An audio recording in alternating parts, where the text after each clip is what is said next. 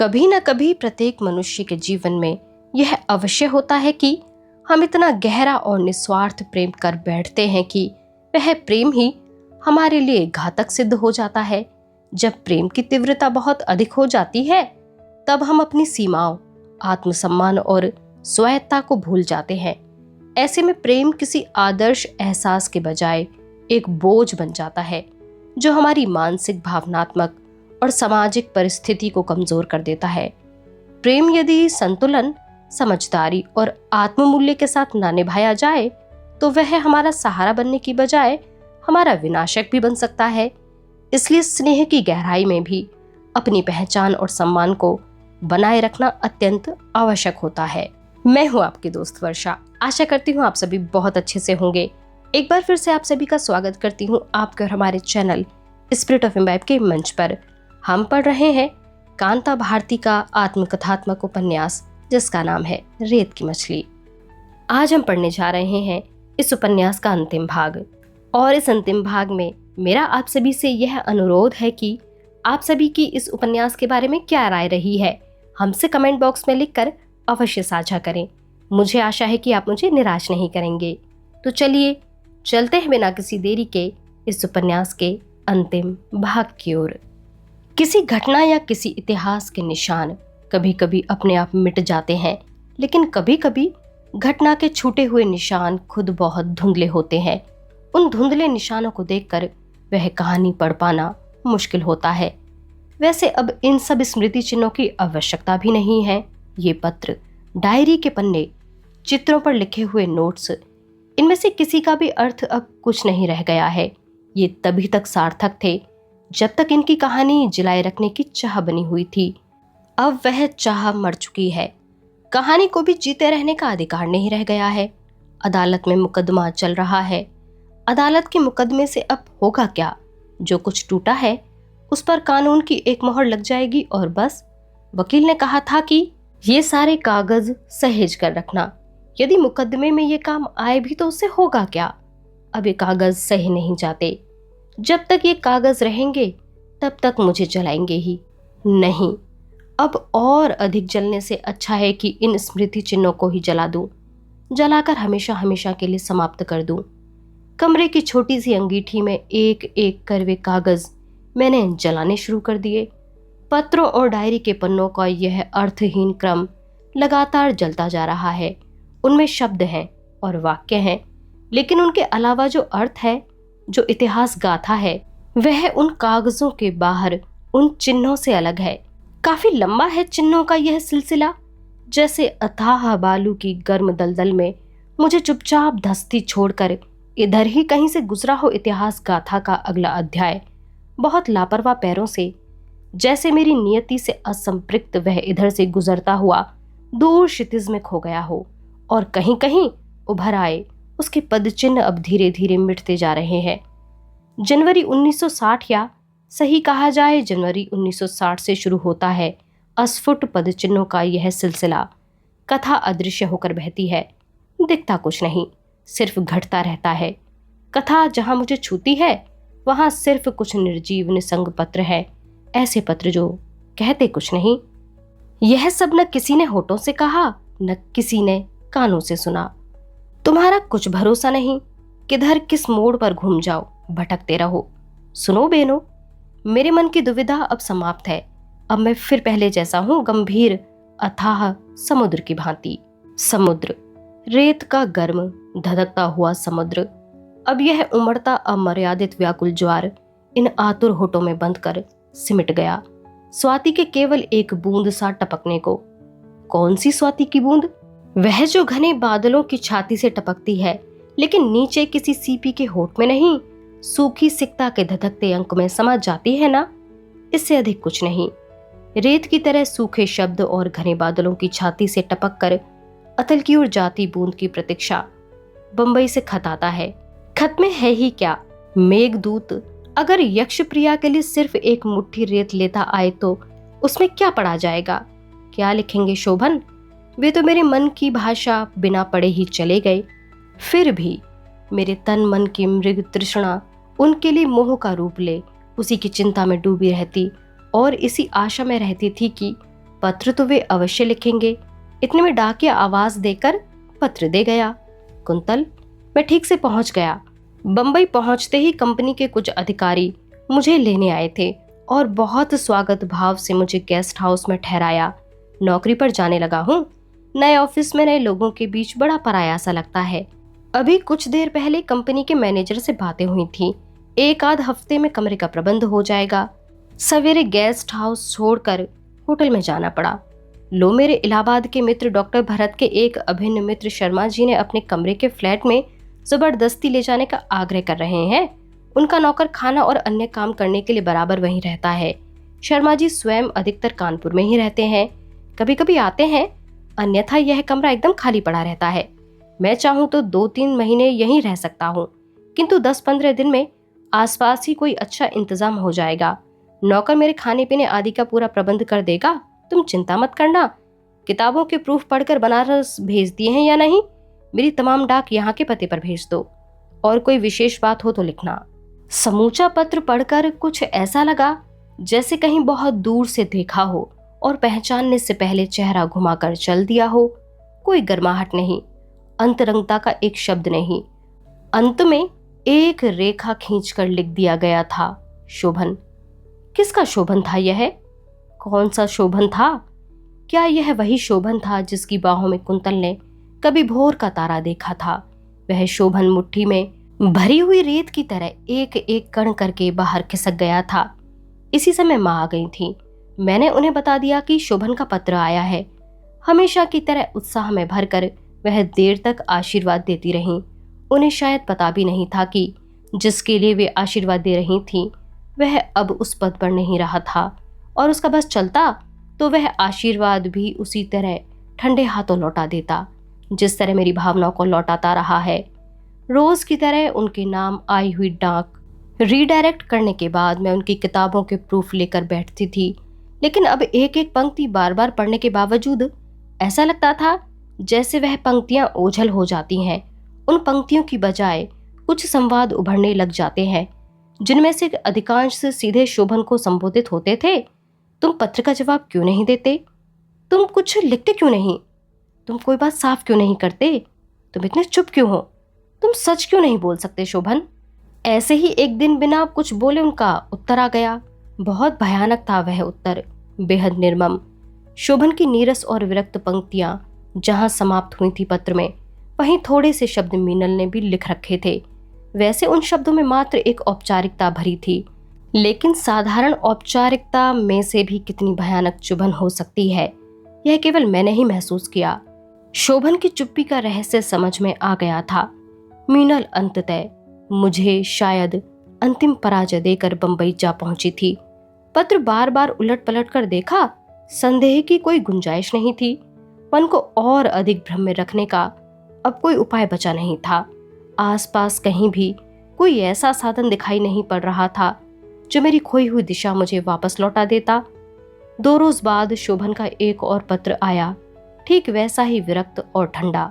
Quintal, आज दोपहर में तुम्हारा रजिस्टर्ड लिफाफा मिला था, उसी समय तनख्वाह के कागजों, रसीदों आदि पर दस्तखत करके भेज दिया।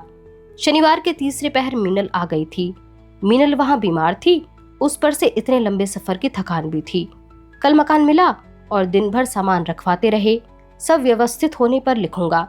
1 हफ्ते भर के लिए आकर यहाँ की स्थिति देखकर लौट जाना। फिर वही रिक्तता जिसके अलावा कुछ मेरे हिस्से में नहीं है। मीनल के वहां पहुंच जाने से मेरा मन इतना रोष में भर गया था कि उसी कागज पर लिखा उसका पत्र पढ़ने को जी नहीं हुआ। फिर मन को समझाकर पढ़ने लगती हूँ। कुंतो, 5:15 बजे हैं शाम के। इनके ऑफिस में बैठकर यहीं की कलम से लिख रही हूँ। आज देखा मैंने इनका यहाँ का काम। बाबा रे, हर मिनट कोई मिलने आता है। 10 तरह के लोगों से 10 तरह की बातें करना, ऊपर से इतना काम। फिर यहाँ से इतना थकने के बाद घर जाते होंगे तो सूना कमरा इन्हें कितना कचोटता होगा। जब तक अकेले रहेंगे कचोटेगा। इसको आज अच्छी तरह समझ लिया है। बस यही है कि इन्हें अधिक दिन यहाँ नहीं छोड़ना है। तुम्हें बिना सूचित किए इलाहाबाद से होकर मैं यहाँ आ गई। तुम्हारी शिकायत जायज होगी, किंतु मेरी जगह तुम यदि होती तो तुम भी ऐसा ही करती, और तुम्हें मेरी वहाँ की हालत मालूम होगी तो तुम उतना महसूस नहीं करोगी। कैसे कॉलेज तक जाकर छुट्टी लेकर आई हूं कि बस पूछो मत। फिर सोचा था कि शाम को तुम्हें तार करूंगी, वो भी ना हो सका। उतरी इसलिए नहीं कि पूरा दिन नष्ट हो जाता, यही सफर चूर कर गया था। वह तो यहाँ आकर जो संजीवनी बूटी मिली, उसे सफर की थकान और बीमारी सभी फूंक मारते उड़ गए। शेष कल लिखेंगे। तुम्हारी। पत्र पढ़कर बेचैनी ही बेचैनी और कुछ नहीं। यहाँ पंख कटे पंछी की तरह उड़ने में असमर्थ छटपटा रही हूँ। इसी तरह छटपटाते पूरा दिन, पूरी रात बीत गई। मन उखड़ गया है, रेत में डूब गई हूँ। आंखों में, मुंह में, हाथों और पैरों में कण कण में रेत समा गई है। उसकी चुभन से कराह उठने के अतिरिक्त कुछ नहीं कर सकती। डाकिया एक और पत्र दे जाता है। इन्हीं का पत्र है। कुंतल, तनख्वाह के कागज पहुंच गए होंगे और रुपया इस्तेमाल कर लेना। कल शर्मा जी दिल्ली से लौट आएंगे, तुम्हें ताड़ से रुपए भेज दूंगा। असल में शर्मा जी के चले जाने के कारण बैंक में अकाउंट न खुल सका, नहीं तो अब तक रुपए भेज देता। दूसरे, मैं आश्वस्त था कि तुम्हें तनख्वाह तो मिल ही चुकी होगी। उधर यह भी ख्याल है कि तुम आ रही हो। इस समय रात के 9 बजे हैं और मेरा ख्याल है कि मीनल की काशी एक्सप्रेस इटारसी पहुंच रही होगी। दोपहर तक वो तुम्हारे और तोरू के पास होगी। असल में हुआ यह है कि तुम्हें पिछले शुक्रवार को चिट्ठी लिखी थी, तब तक मीनल के आने का कोई अनुमान नहीं था, बल्कि मैंने तो कलकत्ते उसकी हालत जानने के लिए 2-2 ताड़ दिए थे कि अगर तबीयत ज्यादा खराब हो तो मैं छुट्टी लेकर हवाई जहाज से पहुंच जाऊंगा। खैर, दूसरे दिन मीनल आ गई। फिर मकान ढूंढने में दलालों के साथ साथ घूमना पड़ा। पेशगी देने का इंतजाम हुआ। फिर 10 से 5 तक दफ्तर, ऊपर से मीनल की हालत ऐसी खराब। उसी की हिम्मत थी कि जान हथेली पर रखकर 1500 मील चली आई। शनिवार, इतवार, मंगलवार कैसे बीते हैं कि हम तीनों पहर का खाना भी न खा सके। मकान तुरंत हम लोगों ने इसलिए भी तय किया कि तुम भी आ जाओ। सारा सामान तुरंत उठवाया। सेठ, सेठानी और सब लोगों से कह दिया है कि तुम आ रही हो। मंगल को तय होते ही तुम्हें तार दिया और मीनल ने तुम्हें पत्र भी लिखा। तुम्हारा भी तार आया कि तुम इतवार को पहुंच रही हो। मीनल ने अपनी छुट्टियां बढ़वाई जिससे कुछ दिन तुम्हारे साथ भी रह सके। खैर, जो हुआ सो हुआ। तुम नहीं आ सकी। अगर तुम मेरी जगह होती और एकदम आकर मेरी मुसीबत में पड़ती, तब मालूम होता कि वक्त निकालकर जितना लिखता रहा वही बहुत है। अब 2 दिन से स्थिति सामान्य है। अब काम का फैलाव सिमट गया है और बिल्कुल फुर्सत है। आगे भी अब काम कम होता जाएगा। सेठ, सेठानी अभी यही है। कल मुझे दोपहर खाने पर बुलाया है। अब तुम 15 दिन बाद आओ। आने के पहले मैं तुम्हें लिख दूंगा क्या क्या लाना है। पूजा घर के बाहर रैक रखा है, उसमें पुरानी फाइलों में अंग्रेजी में टाइप पांडुलिपि पड़ी है, वह डॉक्टर भरत को दे देना। अच्छा, स्नेह। चलो, शोभन ने अंत में स्नेह तो लिखा। प्यार नहीं तो स्नेह से ही संतोष कर लूंगी। वह भी बना रहे तो मेरे भाग्य हैं। केवल रिक्तता से तो स्नेह गनीमत है। फिर मीनल आज पहुंच जाएगी। केली क्रीड़ा से थकी क्लांत होगी, सो कुंतल को उसकी सेवा टहल और स्वागत के लिए तैयार रहना चाहिए, नहीं तो शोभन से बदला निकलवा लेगी। मन ही मन सोच लिया कि बेबी के साथ अकेली मैं तो स्टेशन जाऊंगी नहीं, चाहे कुछ भी हो जाए। इसका फल जो होगा देखा जाएगा। दोपहर हो आई, पर मीनल का कहीं पता निशान नहीं। शायद गाड़ी लेट हो या स्टेशन पर कोई स्वागत के लिए आया ना देख देवी लौट गई हो। इन्हीं सब विचारों में खोई थी कि डाकिया एक पत्र दे गया। लिखाई तो मीनल की थी। खोलकर देखा तो ये फरवरी की 1 तारीख के भी पहले का पत्र है और इतने दिनों बाद आज कुछ बात रही होगी। खैर, पढ़ने लगती हूँ। कुंतो, सुबह के 5 बजे हैं। सिर और कमर में बेहद दर्द है। पैरों की नसें भी मुड़े मुड़े बुरी तरह खिंच रही हैं। इतना कष्टप्रद सफर मैंने आज तक नहीं किया है। यहाँ आ गई हूँ। फिर ये है, कल तक एकदम ठीक हो जाऊंगी। मैं तो तुम्हें आते हुए साथ लेती आती, पर यहाँ की स्थिति वही शर्मा जी के एक कमरे के मकान की थी। बड़ा मकान मिलते ही तुम्हें बुला लेंगे। इस एक कमरे में मैं और शोभन है। तुम्हारे और बच्ची के रहने की जगह कहाँ है? मकान मिलते ही लिखेंगे। तुम्हारी मीनल। मेरे लिए और तोरू के लिए जगह नहीं है। मेरे अपने ही घर में जगह नहीं है। मेरे अपने पति के घर में मेरे लिए जगह नहीं है। एक दिन शोभन ने मुझसे कहा था वे अपने घर में मेरी प्रतीक्षा कर रहे हैं और मैं अपना घर, अपने स्वजनों का घर छोड़कर आ गई थी। अब उसी घर में मेरे लिए जगह भी नहीं थी और तोरू के लिए भी नहीं थी। हताशा और बेचैनी से छटपटाती हुई मैं उस समय अपना सिर पटक कर चूर क्यों नहीं कर सकी थी। हाँ, मुझे ठीक याद है, खिड़की की चौखट पर एक हरी लेकिन डरावनी शाख जैसे मुझे एकटक घूर रही थी। मैं कांप गई।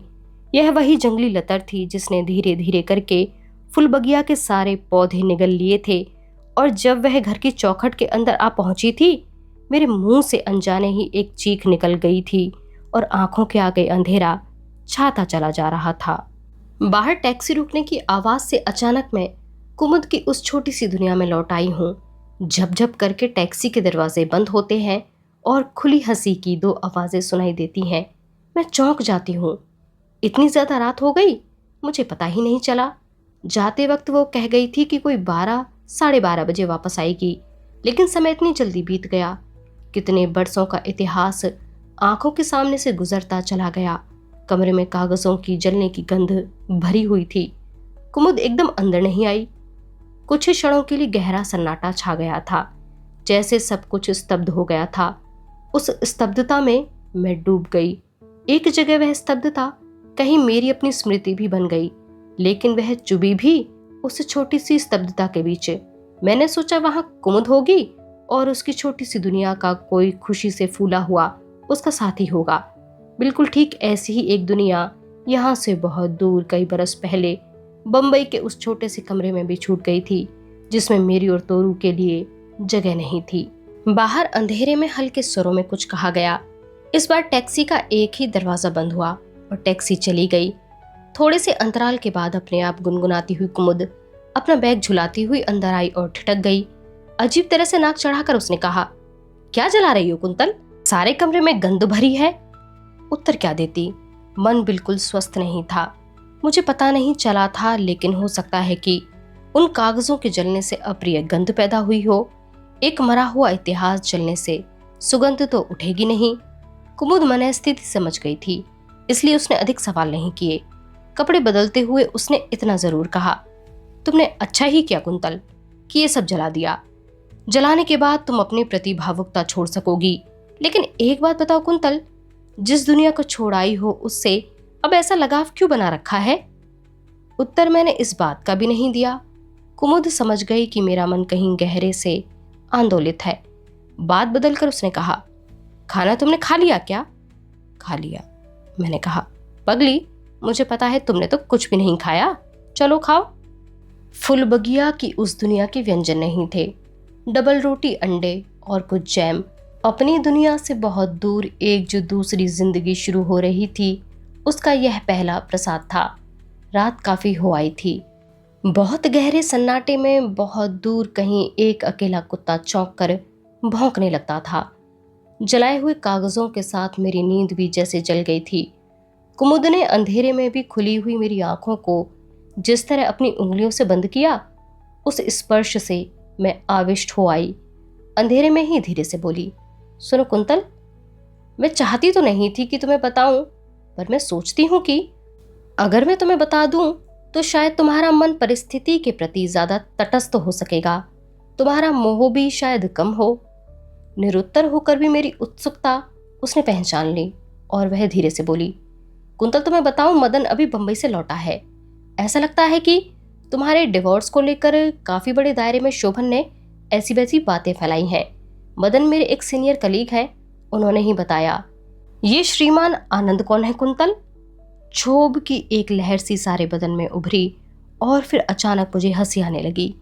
इतने अधिक कमजोर पैरों पर शोभन अपना झूठ खड़ा कर सकेंगे, यह मैंने सोचा भी नहीं था।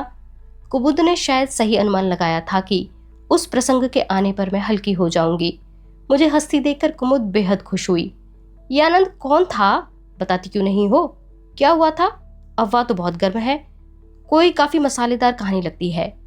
कहानी विशेष थी ही क्या, जो कुछ था वो मैंने उसे बता दिया। सुनकर वो खुद भी हंसने लगी। मुझे और अधिक सहज करने के लिए उसने छेड़ा भी, और भी तो कुछ होगा, मुझे नहीं बता रही है। अच्छा, उसकी चिट्ठियां जो आती हैं वह तो नहीं जला देती? उस छेड़ और हंसी में मैं कब सो गई थी पता नहीं चला। सुबह नींद बड़ी जल्दी टूट गई थी। कुमुद सोते सोते भी मुस्कुरा रही थी। खिड़की पर पड़े हुए मोटे पर्दे से धूप की पीली किरणें हल्के हल्के खेल रही थीं। अवसाद के कारण शरीर में टूटन सी भरी हुई थी। फिर भी मैंने सोचा कि उठ जाना ही बेहतर होगा। अंगीठी ठंडी हो गई थी, लेकिन उसकी राख में जले हुए कागजों पर अक्षर अभी तक उभरे हुए थे। सब कुछ जल जाने के बाद भी कुछ है जो जीवित रहता है। काश वह सब भी जल जाता। शायद सब जलता है, लेकिन काफी रुक रुक कर, अटक अटक कर, एकदम नहीं जलता, भक से। मीनल का पत्र आने के बाद जो तनाव पैदा हुआ था, उसे अब मैं स्वयं ही तोड़ने को तैयार हो गई। ठीक है, यही सही। यदि घर में जगह नहीं तो वह घर भी मेरा नहीं। ऐसे तो यह तनाव बढ़ता ही जाएगा। खींची जाने वाली रस्सी से बंधे रहकर घिसटते जाने से अच्छा है कि रस्सी काटकर अपने को मुक्त कर लो। मैंने निश्चय कर लिया। पत्र को फाड़ देने का मन था, लेकिन उसे बकायदा तह करके अलमारी में रख दिया। बस अब शुरू हुई नई कहानी। मन को बांध लो कुंतल, इस रास्ते पर इससे आगे नहीं जाना है। पहली बार घर की याद आई। वह घर नहीं जो अजनबी दुनिया में है, अपना घर, माँ और पिता का घर। लगता है मेरी रेतीली दुनिया से वे भी घबरा गए थे। वे इलाहाबाद छोड़कर दिल्ली के करीब जो बसे थे, वही घर याद आया। अंध गली की आस छोड़ते ही जैसे दूसरा रास्ता अपने आप खुलने लगा। ठीक है, मैंने सोचा माँ के पास चली जाऊंगी। यहाँ की रेतीली दुनिया से कुछ तो चैन मिलेगी। जाऊंगी और कल ही जाऊंगी। तैयारियां शुरू हो गईं। कपड़े सहेजे जाने लगे, लेकिन वह कल इतनी आसानी से नहीं आ पा रहा था। मीनल का खत आया था, शोभन का नहीं। हो सकता है शोभन का खत भी आए और वह दूसरी ही तरह का हो। शायद आ जाए, पर फिर कल आ जाए। और अचानक एक शाम सारी रेत फिर उड़ गई। जाने कहाँ चली गई। शोभन का पत्र आया, एक्सप्रेस, तुम चली आओ। पत्र में विशेष गरमाई नहीं थी, लेकिन एक बार फिर मैंने आंखें मूंद लीं। वही तैयारियां जो माँ के यहाँ जाने के लिए अनमने ढंग से कर रही थी, सहसा उत्साहपूर्ण तैयारियों में बदल गईं। बम्बई शहर कुंतल के लिए नया नहीं था, लेकिन अचानक वह काफी नया लगने लगा था। तुरु सफर भर परेशान होती आ रही थी, लेकिन स्टेशन पर उतरते ही उसमें भी न जाने कहाँ का उत्साह आ गया था।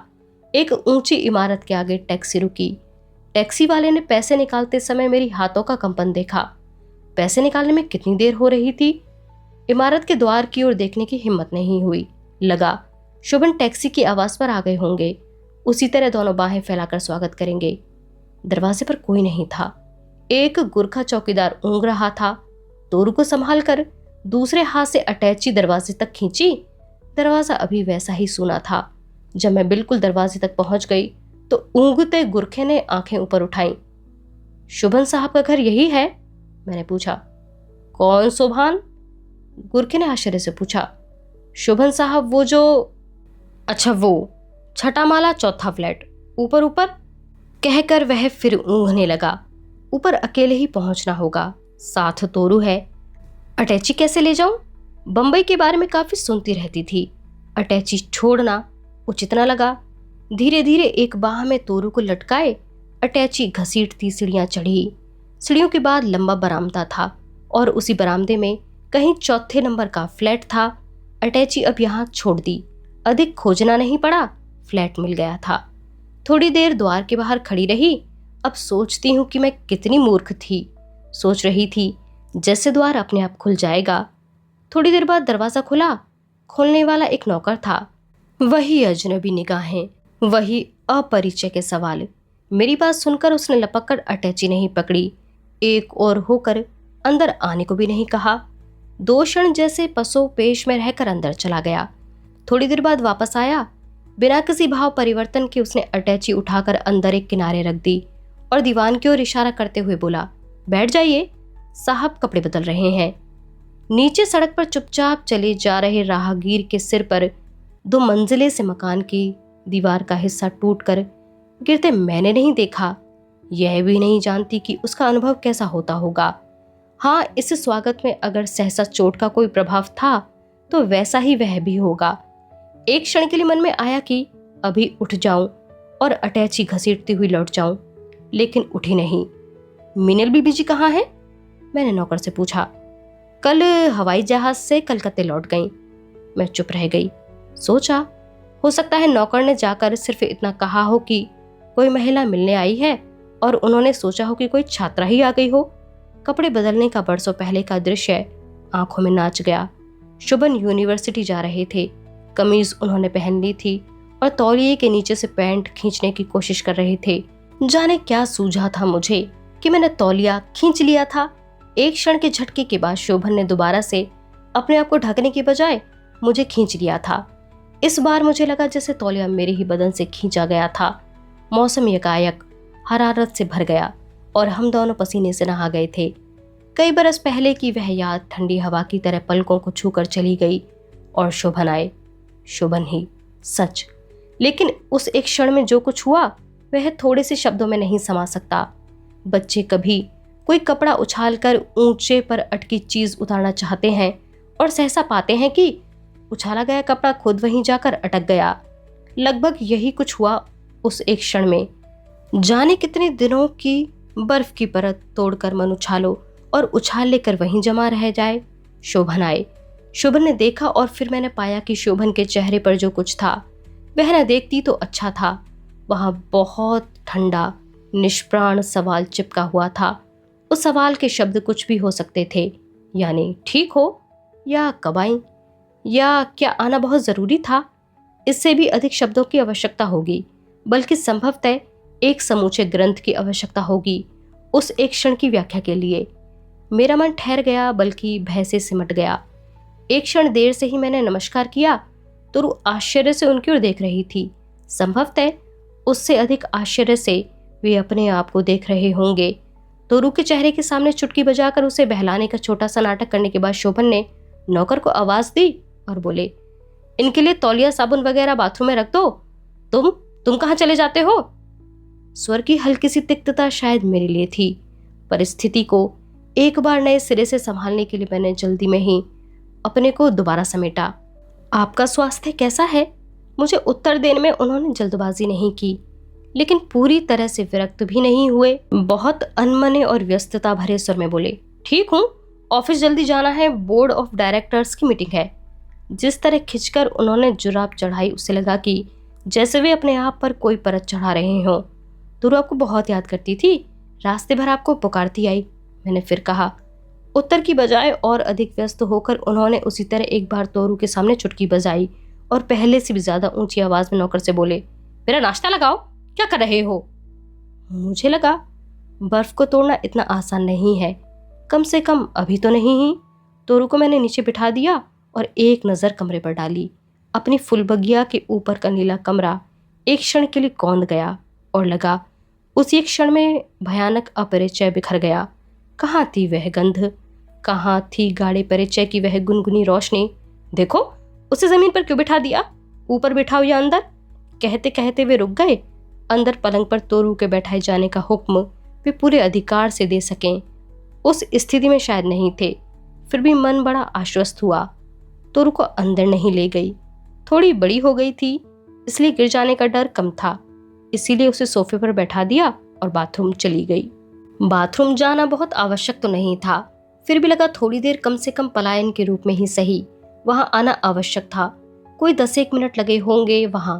उस बीच बातचीत का एक और छोर मैंने खोज लिया। सोचा इस बीच शोभन को लिखे गए पत्रों के बारे में पूछूंगी कि वे मिले या नहीं, और इसके अतिरिक्त उनके साप्ताहिक के बारे में लेखकों की प्रतिक्रिया बताऊंगी। हाथ मुंह धोकर मन थोड़ा शांत हो गया था। बाहर आई। तोरू के आसपास सोफे पर कुछ रंग बिरंगे कागज और पत्रिकाएं बिखरी हुई थी। मन को बहुत अच्छा लगा। तोरू उनमें व्यस्त थी। उसे प्यार करके मैं अंदर गई। मेज पर एक प्लेट में आधा खाकर छोड़ा नाश्ता और आधा कप पी गई चाय पड़ी थी। नौकर अंदर आते ही उसे समेटने लगा। मैंने अनायास पूछा, साहब चाय नहीं पियेंगे? उनको जल्दी जाना था बीबी जी, उसने बहुत ठंडे लहजे में कहा और बर्तन समेटता रहा। जाना था? क्या मतलब चले गए? मैंने अचकचा कर पूछा। जी बोल गए हैं लंच दफ्तर में करेंगे। आपके लिए क्या बनाऊं बीबी जी? नौकर ने किचन की ओर लौटते हुए पूछा। मुझे लगा वह कहीं दूर से बोल रहा है या फिर मेरे कान बंद हो गए हैं। बहुत कठिनाई से ही मैं कह सकी, कुछ नहीं। आपने तो जी नाश्ता भी नहीं किया अभी, उसने कहा। लेकिन अब और सुनने की स्थिति में मैं नहीं थी। सुनाई दे भी नहीं सकता था। तोरू अभी उन कागजों से खेल रही थी। अगर उस समय कुछ सुनाई दे रहा था तो वह था नीचे सड़क का शोर, बेतरह शोर, लगातार बढ़ता जाता शोर। वह शोर कानों में कभी कभी आज भी बजता है। समुद्र के ज्वार की तरह उमड़ते उस शोर में मैं थी वहां अकेली, असहाय, किसी भी क्षण दो पैरों के नीचे से धरती खिंच जाने की प्रतीक्षा करती हुई। खिड़की के नीचे कितनी दूर होगी सड़क? अगर इस खिड़की से कूद जाऊं तो क्या यह शोर एक क्षण के लिए थमेगा? इसके बाद सारा दिन सफर से टूटे शरीर को मैं उस खिड़की से दूर अलग खींचती रही। क्या होगा तोरू का अगर मैं? नौकर 2 बार तोरू के लिए दूध ले आया था। बहुत आग्रह के बाद भी मैं दोपहर को कुछ खा नहीं सकी थी। शाम के करीब 1 कप चाय पीकर बैठी रही। नौकर तोरू को लेकर नीचे चला गया। उस अकेलेपन के एक दिन को किस तरह नाप सकी, यह स्वयं आश्चर्यजनक है। शाम को भी नहीं, रात को आए शोभन। नौकर शायद उन्हें नीचे ही मिल गया था। वह उनकी फाइलें ला रहा था। शोभन जिस तरह अंदर आए उससे यकायक में भयभीत हो उठी। पहले तेजी से अंदर आए। अंदर शायद उन्होंने बोले जाने वाले संवादों को दोबारा तौला। उसके बाद इस कमरे के दरवाजे पर आकर तीखी आवाज में बोले, आखिर यह क्या तरीका है? यहां भी नाटक शुरू हो गया? मैं अचकचा कर उठ पड़ी। उनका चेहरा देखती रह गई। लगा वे अभी किसी न किसी को जमीन पर पटक देंगे। आवाज और नीची करके बोले, आखिर यह खाना न खाने का तमाशा क्यों खड़ा किया गया? पूछता हूं, क्यों खड़ा किया गया? उत्तर चाहकर भी क्या देती? फिर उत्तर पाने के लिए वह सब कहाँ ही कहाँ जा रहा था। मेरे अनचाहे मौन ने उन्हें बुरी तरह क्षुब्ध कर दिया था। आखिर बोलती क्यों नहीं हो कि आते ही यह नाटक क्यों खड़ा किया गया है? बहुत प्रयत्न के बाद मैंने कांपते हुए शब्दों में कहा, मैं इतनी दूर से आई और यहाँ आपसे एक शब्द भी प्यार का सुना होता तो? ओहो, वे तीखे होकर बोले, यानी अब मैं डायलॉग बोलता? तुम्हारा दिमाग तो सही है। मेरी व्यस्तता का भी कुछ ख्याल है? मेरी उलझनों की कोई कीमत है? तुम्हारा मतलब मैं काम छोड़ दूं और? तुरु अचानक ही रो पड़ी। जाने क्यों, संभवतः वह इस विवाद में हस्तक्षेप करना चाहती थी। मैं उसकी ओर घूमी और उसी क्षण शोभन भी न जाने क्या क्या बोलते हुए दूसरे कमरे में चले गए। घर में फिर वही निर्मम सन्नाटा और नीचे सड़क का रौंदता हुआ शोर बाकी बच गया। बीच में फोन की घंटी बजी। फोन शोभन ने ही उठाया होगा। कुछ देर में बोले जाने वाले शब्दों ने स्वयं ही मुझे पकड़ लिया। वे किसी से कह रहे थे, हाँ कुंतल आई है, यस तोरू भी है, जरूर मिलवाऊंगा, दोनों से मिलवाऊंगा। कुंतल अभी तो थकी है इसलिए लंच मत रखो, मैं खुद कांटेक्ट कर लूंगा। शब्द सुने, अपने बारे में अंदर से बोले गए शब्द, लेकिन नहीं, अब और अपने आप को छल नहीं सकती। ये शब्द मुझे और धोखा नहीं दे सकते। समझ गई थी कि अंदर घोंट घोंट कर मारे जाने वाली कुंतल को बाहर प्रिया के रूप में प्रदर्शित किया जा रहा था। शब्द और अधिक छल नहीं सकेंगे, मैंने निश्चय किया। मन में फिर वही जलन पैदा हो गई थी, वही जो एक बार भड़कती थी तो लपटों में अंग अंग समेट लेती थी। कैसे बीतेंगे और दिन, रात की ध्वनियों की अपनी अलग अलग पहचान होती है, चाहे किसी भी जगह की रात हो। और ऐसा व्यक्ति रात की ध्वनियों को कितने गाढ़ेपन से पहचानता है, जिसके जीवन की कुल जमा पूंजी अब केवल कुछ रातों का अनुभव ही रह गया हो। रात बढ़ रही थी और रात की ध्वनियां निकट आती जा रही थीं। सड़क का शोर अब उतना उलझा हुआ न होकर स्पष्ट और भारी हो गया था और सड़क के उस पार किनारे पर अपने आप को पटकते हुए समुद्र की उसास बार बार कमरे में झांक जाती थी। शुभन की कोई आवाज अब सुनाई नहीं दे रही थी। इसी एक परिस्थिति का सामना करने में मन कांप रहा था।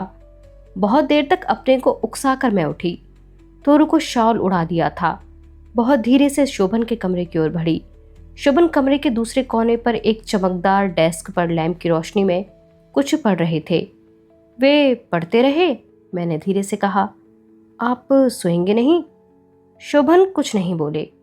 मैंने दोबारा वही प्रश्न पूछा। 2 पल रुककर उन्होंने किताब किंचित खींच से बंद की और बोले, तुम्हारा बिस्तर लगा दिया गया है, मुझे काम करने दो।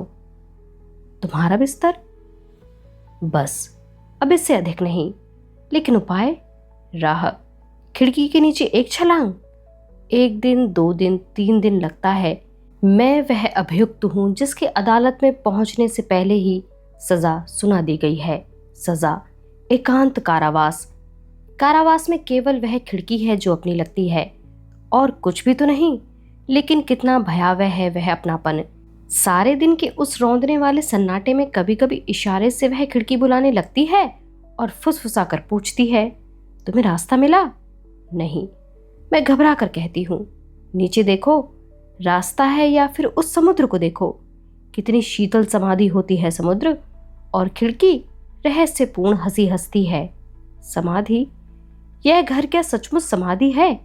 एक मकबरा जिसमें मेरे सामने मेरी ही कब्र है, सीलन भरी, कठोर, ठंडी।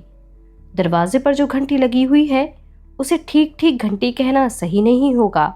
विचित्र आवाज होती है, जैसे किसी ने कोई चीज बलपूर्वक चीर दी हो। कम ही बजती है, किंतु बजती है तो बहुत कष्टदायक लगती है। सोचती हूँ उसकी यह ध्वनि ठीक ही है। जब जब वह बजी, मेरे अंदर कुछ न कुछ चिर गया। वह बजी, दरवाजा खोला, अखबार वाला है। विचित्र दृष्टि से मुझे देखकर पूछेगा, मैम साहब नहीं है? फिर चला जाएगा। दूध वाला, सब्जी वाला, मक्खन डबल रोटी वाला, मैम साहब नहीं है? नहीं। मेरे कहते न कहते लौट जाएंगे सब, जैसे मेरा वहां होना निरर्थक है। मीनल के अलावा यहाँ और किसी की कोई पहचान नहीं। वही तकलीफ देने वाली घंटी बजती है। तार वाला आया है, तार है। दस्तखत करके ले तो लिया, लेकिन खोलने की हिम्मत नहीं होती, शोभन नाराज न हो। फिर वही खिड़की की चुपचाप मुझे बुलाने की आवाज। रात को शोभन लौटे तो सबसे पहले तार पर ही उनकी नजर पड़ी। खोला, पढ़ा, पढ़कर थोड़ी देर चुप। नौकर ने कॉफी रख दी थी, वह फिर भी ज्यों की त्यों पड़ी रही। उठकर टहलने लगे। फिर जैसे कुछ याद आया, कहीं फोन मिलाया। फोन मिलने पर पूछा, कलकत्ते के लिए अर्लीस्ट फ्लाइट कितने बजे है? यस। एक सीट? राइट। फ्लाइट कलकत्ता, एक सीट। चित्र एक क्षण में पूरा हो गया। तार में क्या लिखा होगा यह समझना कठिन नहीं है। फोन रखकर थोड़ी देर फिर टहलते रहे। फिर बोले, देखो तोरू का ध्यान रखना, मीनल की तबीयत ठीक नहीं है। और हाँ, ऑफिस से फोन आए तो कहना कलकत्ते के बारे में मत बताना। कहना कुछ भी कह देना, कलकत्ते के बारे में मत बताना। लगा वे बेहद उतावले हो उठे हैं। नौकर से अटैची निकलवाई और कपड़े रखने लगे। आप आराम करिए, कपड़े मैं रखे देती हूँ, मैंने कहा। आश्चर्य की शोभन ने वही किया जो मैंने सोचा था। कपड़े छोड़कर अलग हट गए। मन में आया कह दूं कि अब तो तुम बदलोगे ही शोभन, मेरे प्रति मृदु भी होगे, क्योंकि इस छोटे से झूठ को खड़ा करने के लिए मेरी आवश्यकता जो है। उसके बाद की सुबह ने एक क्षण के लिए मुझे फिर धोखा दिया। इतना स्वीकार कर सकती हूँ। तोरू को गोद में उठाया, प्यार किया। उसे और दिनों के विपरीत मेरी बाहों में पकड़ा दिया, मेरी आंखों में देखा और एक हाथ मेरे कंधे पर रखकर बोले, अपना ध्यान रखना, समय से खा लिया करना, और हाँ, ऑफिस से अगर कोई मिलने आए तो तुम समझती ही हो। शोभन गए। खिड़की मुझे फिर बुलाती है। अब उसे इतना डर नहीं लगता। खिड़की के बाहर वही शोर भरी हुई सड़क है और बेहद बेचैन समुद्र। समुद्र के ऊपर नीले आसमान पर फिसलते हुए बादलों के कुछ टुकड़े। शोभन गए। मैं हवाई जहाज पर कभी नहीं चढ़ी। सुना है जहाज जाता है तो रास्ते में बादल मिलते हैं। क्या वही है मेघदूत, कालिदास के यक्ष के संदेशवाहक? मुझे याद आता है विवाह के तुरंत बाद का दिन। उस फुलबगिया में उस दिन मैं अकेली थी। शोभन दूसरे शहर गए थे किसी प्रकाशक के बुलावे पर। जाते ही वहां से उन्होंने अपनी किताब की पहली प्रति मुझे भेजी थी। प्रति के पहले पृष्ठ पर सजाए हुए अक्षरों में उन्होंने लिखा था, ओ मेघ, कुबेर की अप्रसन्नता से दुखी इस यक्ष की सहायता केवल तुम ही तो कर सकते हो। आज अगर वह प्रति यहाँ होती तो मैं उस पर लिख देती, वह प्रिया अपने शयन कक्ष में प्रिय के विरह में रो रो कर कला मात्र शेष चंद्रमा की तरह क्षीण हो चुकी है। किंतु यह भी लिखने का अधिकार क्या मेरे पास है? हवाई जहाज के पास उड़ते हुए मेघ क्या मेरा एक प्रश्न वहां शोभन को दे सकेंगे? कहाँ है प्रिया का वह शयन कक्ष? कहाँ है वह एक पहचान जिसे लेकर प्रिया रो तो सकती थी? शोभन की प्रिया क्षीण होती रही, पीली पड़ती रही, पर रोई नहीं। रोने से होता भी क्या है? यह समूचा सागर आंखों में उतार कर भी क्या यह व्यथा हल्की हो सकती थी? 2 दिन बाद शोभन वापस आ गए। वही उन्होंने जाते जाते कहा था, अपना ख्याल रखना। दरवाजे की उस कर्कश घंटी के साथ जिस हंसी की आवाज़ सुनाई पड़ी थी, वह मेरे अगले दिनों की सही सही पूर्व सूचना थी। मीनल हंसती हुई बाथरूम चली गई और शोभन इस तरह सवाल करने लगे जैसे वहां मैं कुंतल नहीं, उनके ऑफिस की कोई क्लर्क हूँ। ऑफिस से कोई आया था? नहीं, मैंने कहा। कोई फोन? हाँ, पूछा था। तुमने क्या कहा? वही जो आपने कहा था। कोई फाइलें, कागज? चुपरा सिलाया था। इससे अधिक और कुछ भी नहीं पूछा गया। मीनल अभी बाथरूम में थी।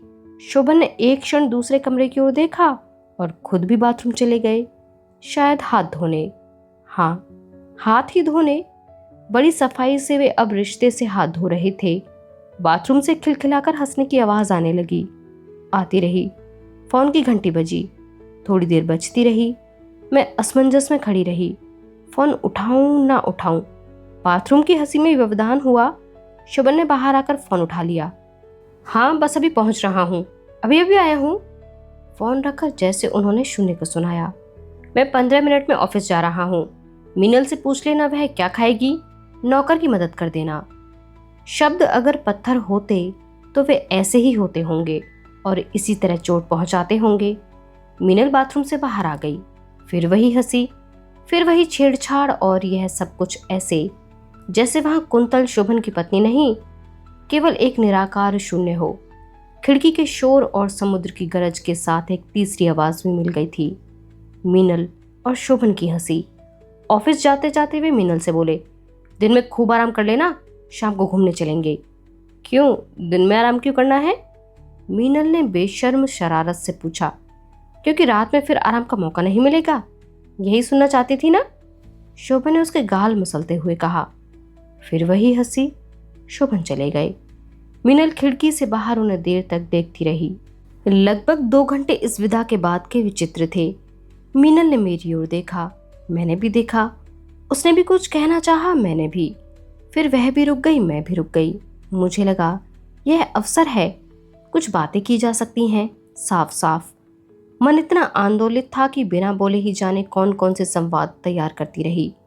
बातें कहीं फिर भी नहीं जा सकीं। इस बीच तोरू जाग गई, जागकर रोने लगी। मैं कुछ देर जड़ बैठी रह गई। हाथ रोककर मीनल ने पूछा, तोरू भी आई है ना? मुझे सूत्र मिल गया। मैंने अपने तीखेपन को वश में करते हुए कहा, शोभन से इतनी बातें हुई होंगी, उन्होंने बताया नहीं? हम लोगों को इतनी बातें करनी थी कि इसका जिक्र होने का अवसर ही नहीं आया, मीनल ने कहा। अगली बात मैं ऐसी खोजने लगी जो कहीं मेरे प्रतिशोध से जुड़े, लेकिन मीनल अचानक विचित्र ढंग से नाक चढ़ाकर बोली, ओहो, ये गंदगी अभी पड़ी है, दत्त तेरे की।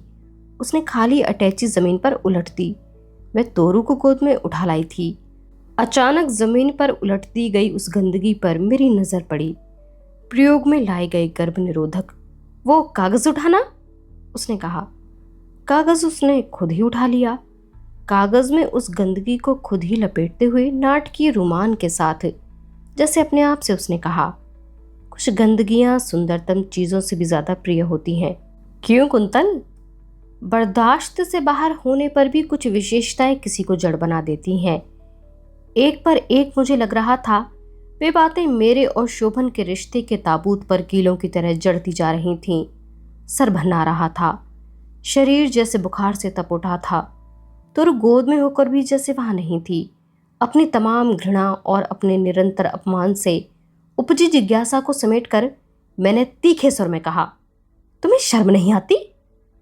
अब लगता है वे शब्द कितने नपुंसक थे, फिर भी उन्होंने अपना काम तो कर ही दिया। उन्हीं थोड़े से शब्दों ने जैसे मेरा सारा शोभ उठाकर मीनल के ऊपर पटक दिया। मीनल सन्नाटे में आ गई। उलटकर जवाब देने की हिम्मत उसे नहीं हुई। मेरा मन यह समझकर और अधिक अधीर हो उठा, अगर वह कुछ बोले और मैं अब सब कुछ कह डालूं, इसकी तत्परता मुझे कपाए दे रही थी। लेकिन वह बोली कुछ नहीं, वहां से हट गई। मेरे साथ फिर बच रही अबोध तोरू, मेरी कुंठा और सड़क से समुद्र तक फैला शोर। रात वे घूमने गए। तोरू भी उनके लिए बाधा ही थी, इसलिए तोरू को भी घर पर ही छोड़ गए। जाने क्यों इस एकांत से मैं पहली बार आतंकित हुई। लगा कोई न कोई अनहोनी होगी। काफी रात गए तक उस अनहोनी के लिए अपने आप को तैयार करती रही। मीनल के दिन की पराजय थोड़ा सा सहारा दे रही थी। मन में मैंने निश्चय कर लिया था, जो भी हो भीरुता से बाहर आना होगा। लड़ाई, अपनी लड़ाई खुद लड़नी होगी। रात घंटी बजी। अनुमान था शोभन और मीनल होंगे। बाहर हंसी सुन पड़ी थी। फिर भी विश्वास था नौकर शायद सोने की तैयारी में रहा होगा। तीसरी बार घंटी बजने पर दरवाजा मैंने ही खोला। शोभन थे, मीनल भी, दोनों चुप। 2 क्षण तक वे वहीं उसी तरह खड़े रहे। मैं दरवाजे से अलग हट गई। वे अंदर आए और दरवाजे को अच्छी तरह बंद किया। अभी मैं पीछे घूमी ही थी कि किसी हाथ ने मेरे बाल पीछे से पकड़कर खींचे। मेरे घूमते न घूमते शोभन ने शायद घूंसे से चोट की। शब्दों से ही तैयार थी मैं। अब लगा कि वह अनजानी आशंका क्या थी। उसके बाद संभलने का अवसर नहीं मिला। झटके से बलपूर्वक जमीन पर पटकी जाने के बाद कमर और पसलियों के पास जूते की नोक की भरपूर ठोकर और उठाकर दोबारा जमीन पर पटक दिया जाना, उन थोड़े से क्षणों में एक असहाय चीख भी गले में ही सूख गई। शोभन शुद्ध थे, केवल इस बात पर कि मैंने मीनल को गालियां दी थी। वे थोड़े से शब्द उन दोनों की तफरी के क्षणों में गालियां बन चुके थे और शायद सफाई या प्रतिवाद का अवसर तो वहां था ही नहीं। रात कितनी हो गई थी पता नहीं। तोरू के कारण तोरू जाग न जाए और जाकर उनको परेशान न करे, इसीलिए मुझे एक बिस्तर पर धकेल दिया गया था। कमरे में इतना अंधेरा तो नहीं ही था। आश्चर्य होता है तब सहसा मर जाना क्यों न हुआ था। बाहर समुद्र का उफान है। खिड़की उसी तरह फुसफुसा कर कहती है, कुंतल खामोश रहना, दर्द की कराह भी न हो, खामोश रहना। साथ के पलंग पर है मीनल और शोभन। जाने कैसे फुलबगिया वाला शोभन अपनी कैंचुल उतार कर रह जाता है मात्र पशु, बल्कि पशु युगल। गरजते हुए सागर की आवाज में उनकी नग्नता 2 मदांध पशुओं की तरह फूट पड़ती है। उठना होगा। शोभन वहां कहाँ है? शोभन ही है जो कुछ है। मैं कराहकर उठी और झटके से दरवाजे की ओर बढ़ी कि कम से कम दूसरे कमरे में चली जाऊं। शोभन थम गए। लपक कर उन्होंने मेरा हाथ पकड़ा और दोबारा पलंग पर पटक दिया। क्या नाटक करती है? दुनिया में कोहराम मचाएगी, दुनिया को दिखलाएगी। नहीं, दुनिया को अब दिखा भी क्या सकती हूँ। दिखाने के लायक रहा ही क्या था। अब जिसने मुझे एक झलक देखने के लिए तपती धूप में दिन गुजारा था खड़े खड़े, मात्र वही शोभन था मेरे पास जिसे मैं दुनिया को दिखा सकती थी। अब इस अशोभन को कहाँ ले जाऊं, किसे दिखाऊं? विचित्र स्थिति थी। अपमान और प्रताड़ना सह रही थी मैं और रूठ रही थी मीनल। घंटों रूठना और फिर शोभन द्वारा मनाया जाना। लगता था जैसे वहां एक सस्ता नाटक खेला जाने लगा हो। मीनल इसी तरह उस सुबह से रूठी हुई थी। शोभन उठ गए थे कि मीनल को उठा उठाकर हार गए थे, मगर मीनल चुपचाप पड़ी हुई थी, सो नहीं रही थी। हार कर शोभन तैयार हुए। नाश्ते की मेज पर ले जाने के लिए एक बार फिर उसी तरह मनोहार करते रहे। मीनल नहीं उठी। शोभन 1 कप चाय खुद लाए और मीनल फिर भी नहीं मानी। बहुत इसरार के बाद बोली, कुंतल को पिला दो, मुझे नहीं पीनी। शोभन फिर भी जिद करते रहे। कुछ कस्में भी खाई थी। नाटकीय ढंग से रूठी हुई मीनल ने और अधिक नाटकीय होकर जो कुछ कहा वह मैंने भी सुना। वह अपनी हैसियत के लिए रूठी हुई थी। वह कह रही थी कि उसने शोभन के लिए जीवन दे दिया, पर मिला क्या? वह पत्नीत्व का एक छोटा सा पद भी तो नहीं पा सकी। तो रो पड़ी। जाने किस बात पर। संभव है कि यह तोरू का शैशव सुलभ प्रतिवाद रहा हो। तोरू जोर से रोई। मीनल और शोभन के नाटक के संवाद बंद हो गए या रोने की आवाज में डूब गए। कितना अच्छा लग रहा था उस समय इसका इस तरह रो पड़ना। मैंने चाहा यह रोना कम से कम थोड़ी देर और न रुके। सहसा आंधी जैसे वेग से मीनल के कमरे से निकलती शोभन की आकृति दिखी। क्षण भर में उनके चेहरे का रौद्र भी दिखाई दे गया। अनायास मेरे हाथ अपने बचाव में ऊपर उठे, लेकिन आक्रमण के वेग के सामने वह हाथ का ढाल बहुत क्षीण, बहुत छोटी थी।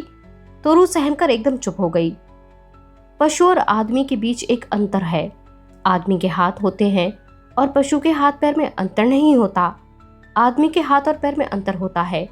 शोभन के उस आक्रमण में वह अंतर मिट गया था। मेघदूत की पंक्तियों का गायन करने वाले, बड़े बड़े सम्मेलनों में साहित्य की ध्वजा लेकर खड़े होने वाले उस बुद्धिजीवी के हाथों और पैरों का अंतर मिट गया था। मेरी आंखों के आगे सहसा अंधेरे का पर्दा खिंच गया था, क्योंकि लात और घूंसों के आघात के साथ मेरा सिर बलात् फर्श पर टकरा दिया गया था। वे मारने के साथ साथ विक्षिप्त स्वर में चीखते भी जा रहे थे। उसे चुप नहीं करा सकती थी। जीना हराम कर दिया है, जान लेकर छोड़ूंगा। पहली बार एक मृत्यु भय भी मुझ में उभरा था उस क्षण। मुझे लगा अशोभन सचमुच विक्षिप्त हो गए हैं और शायद मेरी जान लेकर ही छोड़ेंगे। ठीक उसी क्षण दरवाजे की घंटी बजी। शोभन थोड़ा सा रुके।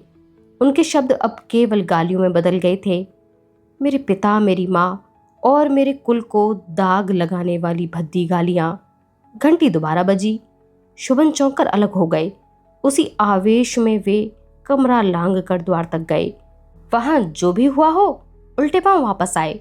कमरे के बाहर की ओर वाला द्वार भिड़ाया। मिनल से बोले, मिनल तू रुको, चुप कराओ। मेरे निकट आकर उन्होंने झटके से मेरा चेहरा अपनी ओर किया। चेहरा रक्त से भीग गया था। घबराए सुर में बोले, मुझे माफ कर दो कुंतल, मैं पागल हो गया था। प्लीज कुंतल, देखो अब मेरी लाज तुम्हारे हाथों में है। तुम्हारे पिताजी आए हैं, उन्हें मालूम ना हो कि यहाँ क्या हुआ है। बस जल्दी से बाथरूम जाओ और हाथ मुंह धोकर कपड़े बदल लो। उनकी आशंका सही थी। मेरे न उठने पर उन्होंने सहारा देकर उठाया और बाथरूम में पहुंचा दिया।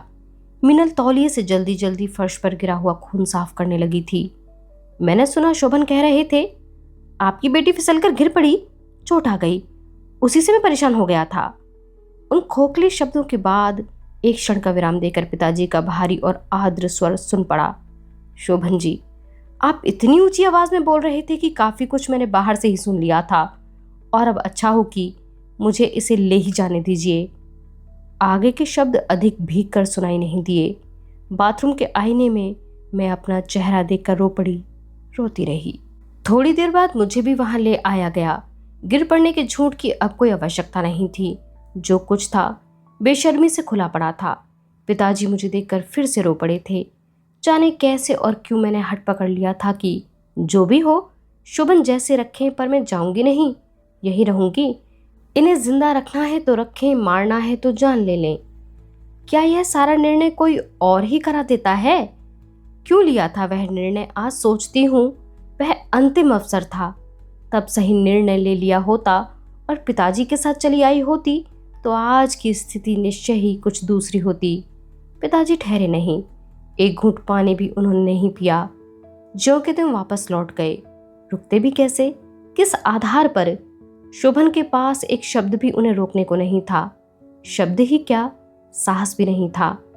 वे गए तो लगा मेरे अंदर जो कुछ भी थोड़ा बहुत कुछ साबित बचा था, हाथ से छूटे आईने की तरह टूटकर बिखर गया। उस रात एक बार फिर वही वैसा ही भयानक नाटक हुआ। मीनल का रूठना, शोभन की धूर्त शपथें और अकारण ही मेरा पीटा जाना।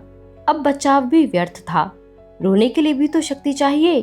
पीट कर थक जाने के बाद वे अपने कमरे में गए और लौटे तो उनके हाथों में कलम और कागज था। शब्द चबाते हुए वह बोले, यह कलम लो और लिखो। जो बोल रहा हूं वह लिखो, वरना। उन्होंने एक बार फिर मेरे लंबे बालों को अपने पंजे में भरकर जमीन से सिर टकराने की धमकी दी। लिख दो कुंतल, जो कुछ भी कहें लिख दो। सड़क और समुद्र के उमड़ते हुए शोर ने फुसफुसाकर कहा, बचा ही क्या है जिसे समेट कर रखोगी कुंतल, लिख दो। शोभन बोलते हैं भूल हो गई। जो कुछ बोलते हैं वह इन्हें शोभन रहने ही कहाँ देता है। अशोभन बोलते हैं और दर्द समेट कर कांपते हाथों से मैं लिखती हूँ, प्रिय शोभन, पिछले 7 वर्षों में तुमने मुझे मेरे गंदे संस्कारों से मुक्त कराने का प्रयत्न किया, लेकिन तुम्हारा सारा परिश्रम व्यर्थ निकला। मैं तुम्हारे साथ रहने योग्य नहीं हूँ। मैं अपनी स्वेच्छा से यह तुम्हारा घर छोड़ रही हूँ और अब मैं कभी तुम्हारे इस ऑफिस या घर आकर किसी से कुछ कहूँगी नहीं। वचन देती हूँ। मैं आनंद साहब के साथ रहने जा रही हूँ। तोरू अभी मेरा दूध पीती है, इसलिए उसे ले जा रही हूँ और वचन देती हूँ कि उसके 3 साल पूरे होने से पहले उसे आपको सौंप दूंगी। अपने बारे में निर्णय लेने के लिए आप स्वतंत्र हैं। आपकी कुंतल। कोई भी चीज टूटती है तो एक तकलीफ के साथ। रिश्ते और भी अधिक कष्ट से टूटते हैं, लेकिन वह कष्ट इतना भयानक और नारकीय होता है जिसकी कल्पना कठिनाई से ही की जा सकती है। इतने भयानक अपमान और इतनी यातना के बाद शोभन से मेरे रिश्ते का कौन सा कोना बचा था, मैं नहीं जानती। हाँ, एक बात मुझे साफ याद है, मरने की इच्छा जाने कहाँ लुप्त हो गई थी। स्वयं मरना पराजय है। देखूं शोभन का पशुबल कैसे मारता है। मार देंगे तो पशुता की सिद्धि पर एक संतुष्ट मुस्कान लेकर ही मरूंगी। रात हो चली है, शोभन लौटते होंगे। मीनल है, इसलिए देर का प्रश्न ही नहीं। लौटने के बाद शायद फिर एक दौर होगा शोभ को पशुबल में बदलने का। मुझे कराहती हुई दूसरे पलंग पर छोड़कर वे और मीनल थोड़ी देर लिपटे रहेंगे। गंदगी का वह क्षण आएगा, फिर पसीने पसीने होकर दोनों सो जाएंगे जैसे वहां कुछ भी ना हुआ हो। रात हो चली थी। शोभन आए। वे किसी से बातें कर रहे थे। कोई और भी था पुरुष। उसके पीछे एक व्यक्ति और भी था। बैठक में देर तक वे बैठे। चाय वहीं चली गई। इसके बाद शोभन अंदर आए। उनके हाथ में एक मोटा कागज था, अदालती स्टैम्प पेपर, जिस पर पहले से ही कुछ टाइप किया हुआ था। बोले, इस पर दस्तखत कर दो। लिखे गए शब्द मैंने पढ़े नहीं थे, लेकिन काफी सीमा तक उनकी कल्पना कर सकती थी। दस्तखत न करने का कोई निश्चय बिल्कुल ही नहीं था। फिर भी थोड़ी देर कागज लेने को हाथ नहीं बढ़े। शोभन ने दांत पीसते हुए फिर वैसा ही कुछ कहा। वही सब कुछ अशोभन, गालियों से लिथड़ी हुई धमकियां। कागज लेकर मैंने दस्तखत कर दिए। कागज उन्होंने तुरंत हाथ से ले लिया और दूसरे कमरे में चले गए। मैं अचानक रो पड़ी। बहुत देर तक रोती रही। तुरु बाहर उदास हो गई थी। बार बार मेरी ओर देखती और न जाने क्या कहने के लिए अपनी नन्ही हथेली से मेरा चेहरा छू देती। मौन रुदन के बीच कभी कभी मन होता था कि चीखूं और चिल्लाकर खिड़की के नीचे भागती तमाम दुनिया को इकट्ठा कर लूं और लोगों से कहूं, लोगों, देख लो आकर अपना मसीहा। देख लो यह मानव जिसने मानव मूल्यों पर बड़ी बड़ी बातें कही हैं। देख लो उसका मानव मूल्य। मीनल अब छुपे तौर पर नहीं, बेधड़क खुश थी। दोनों आदमियों के जाने के बाद ही मीनल ने उस बैठक को फुलबगिया वाले कमरे के नीचे वाले कमरे में बदल दिया। लगा आज पहली बार शोभन को साधिकार प्राप्त कर रही थी। उस रात शोभन देर तक जागे थे।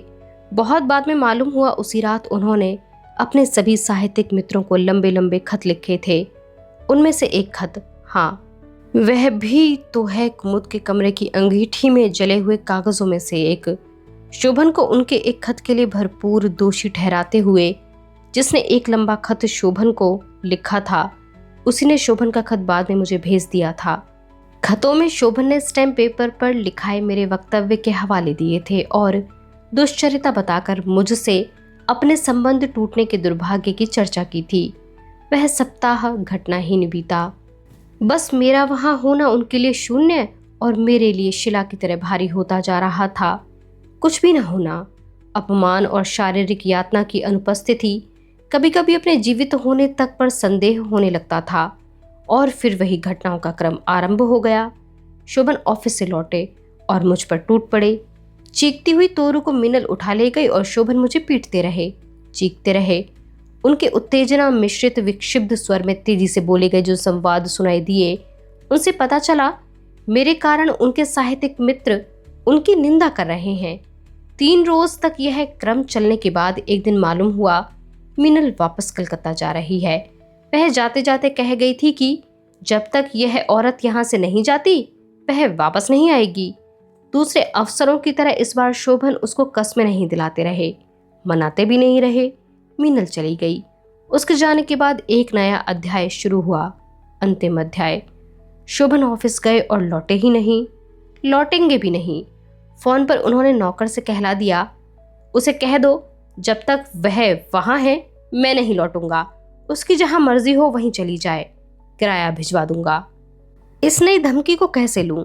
कितनी यातना और छुपी है इस धमकी के पीछे। घटना पर रोऊं, खुश होऊं या निर्वेद? शाम को चपरासी आया और एक लिफाफा दे गया। लिफाफे में क्या होगा इसका अनुमान लगाने की आवश्यकता नहीं थी। इस बात पर खेद भी निरर्थक ही था कि उसमें 100 रुपए के एक नोट के अलावा लिखी गई एक पंक्ति भी नहीं थी। आज मौसम भी बहुत खराब है। आसमान सारा दिन बादलों से घिरा रहा था और समुद्र पहले नीले के बजाय मटमैला काला हो गया था। बार बार उफान से बेचैन समुद्र की आवाज बहुत भयावह और आक्रामक लग रही थी। लिफाफा छोड़कर मैं उठी। फिर वही अटैची में गिन गिन कर सामान रखने लगी। फिर कुछ सोचकर एक पेंसिल और कागज ले आई। जो भी गिनी चुनी तोरू की चीजें थीं, उनकी एक सूची तैयार की। सूची के नीचे हस्ताक्षर किए। नौकर मूड कौतूहल के साथ सब कुछ देखता रहा। स्थिति से अनभिज्ञ तो वह नहीं ही था। अटैची घसीट कर खड़ी हुई तो उसने रोका। पहली बार बोला, बीबी जी अटैची में पहुंचा दूंगा, आपके लिए टैक्सी लाऊं?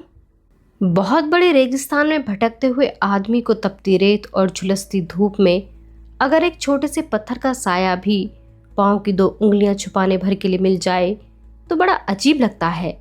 उस समय उस नौकर का संबोधन कुछ वैसा ही लगा। स्टेशन आने के बाद बारिश शुरू हो गई, तेज बारिश। तो रुस हो गई थी, उसे शॉल से ढक लिया। स्टेशन के बाहरी बरामदे तक फुहार आ रही थी। तपते हुए माथे पर वह फुहार महसूस करती हुई मैं सोचने लगी, जाऊं तो कहाँ जाऊं? शुभन की माँ के पास, अपने पिताजी के पास, या कहीं और, या फिर रेल की पटरियों पर? पराजित व्यक्ति संभवतः निर्णय लेने की शक्ति भी खो देता है, या कम से कम पहले के निर्णयों पर टिके रहने योग्य तो बिल्कुल ही नहीं रह जाता। शुभन की माँ के पास लौटने की अब कोई राह नहीं थी। तीसरी किसी जगह का अनुसंधान साधारण काम नहीं था। पिता के पास जाना होता तो उस दिन क्यों कहती कि जैसे भी रखें शुभन के साथ रहूंगी, पर इस तरह की अंतिम पराजय के बाद ऐसे निर्णयों पर टिके रहने की शक्ति रह ही कहाँ जाती है। बारिश में भीगती हुई चली थी। पिता के घर उतरी तो सब कहीं खुशकी थी। माँ की आंखों को छोड़कर जीवन भी तो इसी तरह वहां तक पहुंचा था, एकदम खुश्क, चारों ओर धूल उड़ती हुई, हर कहीं दिशाओं पर छाई गर्द का धुंधलापन। पिता है, माँ है, भाई बहन है, तोरू है, फिर भी रेत में भटकने को छोड़ दिए जाने की अनुभूति टूटती नहीं है। किसी ने विशेष कुछ नहीं पूछा, पूछने जाने लायक था ही क्या? सब कुछ मालूम था सबको, फिर भी लगता था प्रश्नों के भयावह चेहरे मुझे घेरे हैं। अब क्या, आगे क्या? शुभन की बहन आई थी एक दिन। उस दिन लगा वे प्रश्न मुझसे संबोधित हों, यह स्वयं मैं भी चाहती थी। बांध कहीं से टूटे तो पहली बार बांध टूटा। शुभन की बहन भी रोती रही, मैं भी और माँ भी। एक एक कर मैंने सब कुछ वह बता दिया उस दिन। लेकिन फिर वही प्रश्न, अब क्या, आगे क्या? जीवन कितना लंबा होता है और जीवन का इतना लंबा होना कितना डरावना होता है, इसका अनुभव मुझे जल्दी ही होने लगा। लोग जीवन को लंबा करना चाहते हैं, मैं उसे छोटा करना चाहती थी। बहुत सुबह नींद टूट जाती थी।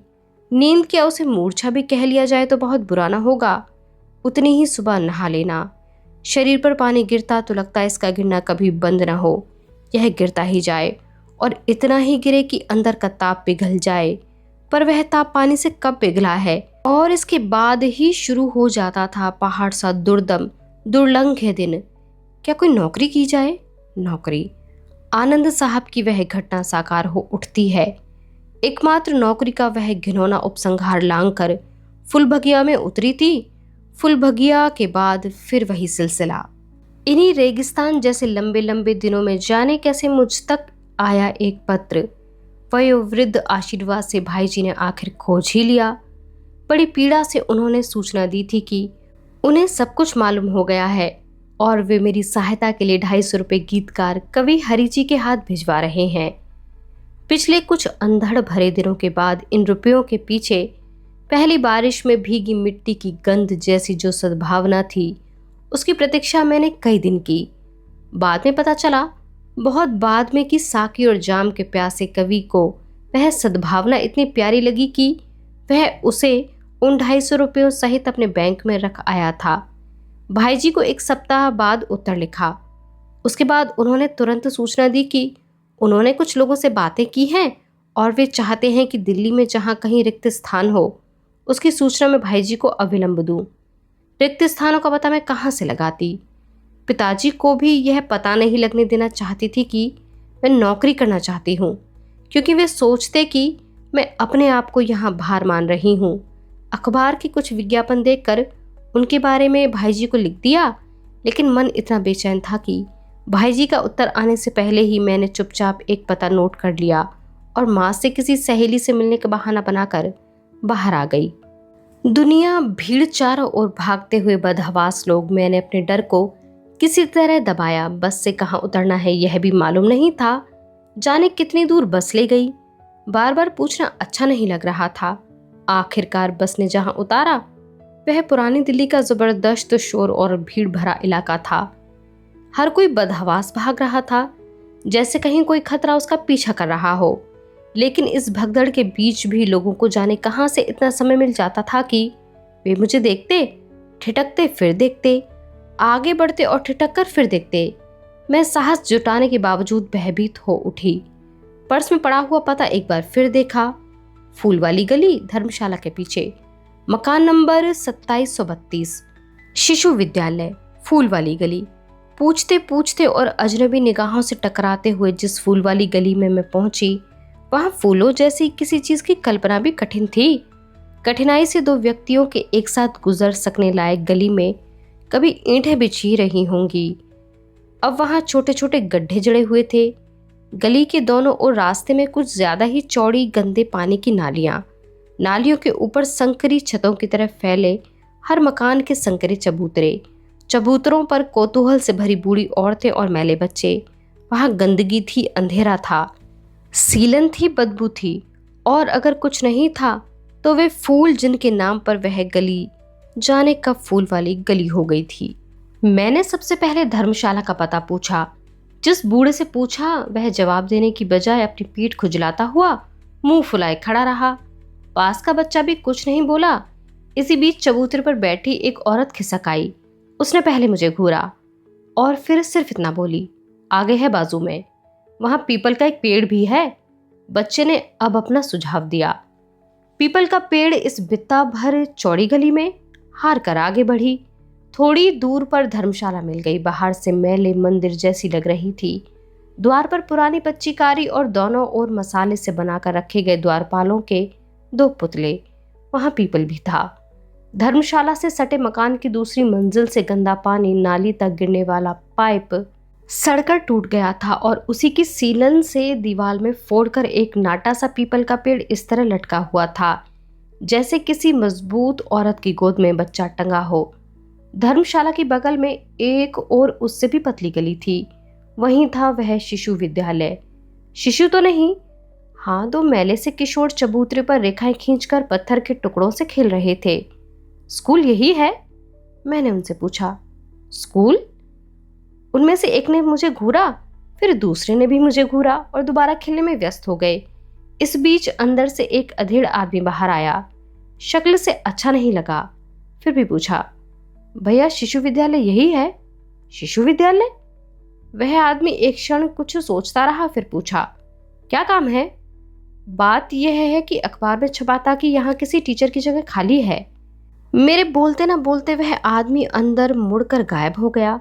थोड़ी देर में अंदर से ही किसी ने झांक कर देखा और अधेड़ आदमी दोबारा बाहर आया। बोला, अंदर बुलाते हैं जी। अंदर के नाम पर मन जाने कैसा हो आया, लेकिन अब लौटना संभव भी नहीं था। चौड़े दरवाजे के बाद सीलन और अंधेरी भरी छोटी सी गली थी। उसके बाद एक वैसा ही संकरा मैला सा आंगन। आंगन के चारों ओर कोठरियां जैसी। साथ वाले व्यक्ति की नजर जैसे चुभी जा रही थी। एक कोठरी से एक अधेड़ औरत निकली और बिना किसी ओर देखे बाहर चलती चली गई। अधेड़ आदमी ने जिस कोठरी की ओर इशारा किया उस पर चिक पड़ी हुई थी। दरवाजे के पास एक लोहे का मोटा टुकड़ा तार से लटका दिया गया था जिसे घंटी की तरह बजाया जाता होगा। आंगन के कोने में दो टूटी हुई बेंचों के ढेर के बीच एक बदरंग काला तख्ता आधा लुढ़का पड़ा था। चिक के अंदर बिजली के बल्ब की फीकी सी रोशनी में एक भारी भरकम आदमी बेहद घिसी हुई मेज के पीछे बैठा था। मेज के इस ओर पटरे ठोक ठोक कर खड़ी की गई एक कुर्सी थी। आओ जी, बैठो, भारी भरकम आदमी ने बेसुरी आवाज में कहा। उसकी आवाज बेहद पतली और भौंडी थी। वह बोला, मैं इस स्कूल का प्रिंसिपल हूँ जी, बैठो, अभी बच्चों की छुट्टी है। मैंने प्रिंसिपल नाम की उस चीज को नमस्कार किया। मेरे बैठते ही वह बोला, क्या पियोगी जी, चाय या कोका कोला? अरे ओ, एक कोका कोला ला। नहीं, तकलीफ मत करिए, बात यह है कि मेरी बात पूरी होने से पहले ही उसने कहा, चिंता ना करो जी, बात यह है कि वैकेंसी तो है, हम जरा अच्छी टीचर चाहते हैं, आराम से बैठ जाओ जी। देखो जी, तनख्वाह हम बढ़िया देते हैं, 100-125 तक दे देंगे। टीचर अच्छी चाहिए, टीचिंग में डिप्लोमा वगैरह। देखिए, वो डिप्लोमा तो नहीं है, वैसे मैं एमए हूँ। मैंने हिचक कर कहा, कोई बात नहीं, कोई बात नहीं। बात यह है कि हमारा स्कूल तो ये बड़ा है नहीं, मगर जी हम डिसिप्लिन चाहते हैं। पता नहीं कितनी बातें बोलता रहा और बोलता ही गया वह आदमी। बीच बीच में कोका कोला के लिए चिल्लाता था और फिर बोलने लगता था। उसकी बातों से लग रहा था कि वह नौकरी देने को बिल्कुल तैयार है। पैसे बहुत ही कम थे, लेकिन उस हालत में किसी काम में अपना मन बांटना शायद किसी नौकरी से भी ज़्यादा ज़रूरी हो गया था। पैसे बहुत ही कम थे। स्कूल नाम की वह जगह अनाकर्षक थी, यह कहना तो उसकी तारीफ होगी, लेकिन उससे भी ज़्यादा अप्रिय लग रहा था वह भारी भरकम, बहुत बोलने वाला बेसुरा आदमी। सच यह है कि अब जल्दी से जल्दी मैं उससे पीछा छुड़ाने के चक्कर में थी। लंबा भाषण सुन चुकने के बाद मैंने खुद ही कहा, अच्छा तो मुझे आज्ञा दीजिए। क्यों, क्या बात हो गई? वह लगभग बौखला गया। तुम्हें नौकरी नहीं चाहिए?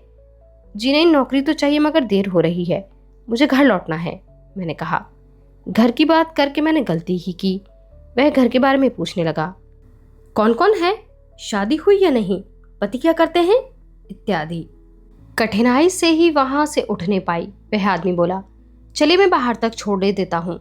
नहीं, आप तकलीफ मत कीजिए। नहीं जी, तकलीफ कैसी? मेरे मना करने के बावजूद वह कोका कोला न आने के नाम पर बड़बड़ाता हुआ साथ चल पड़ा।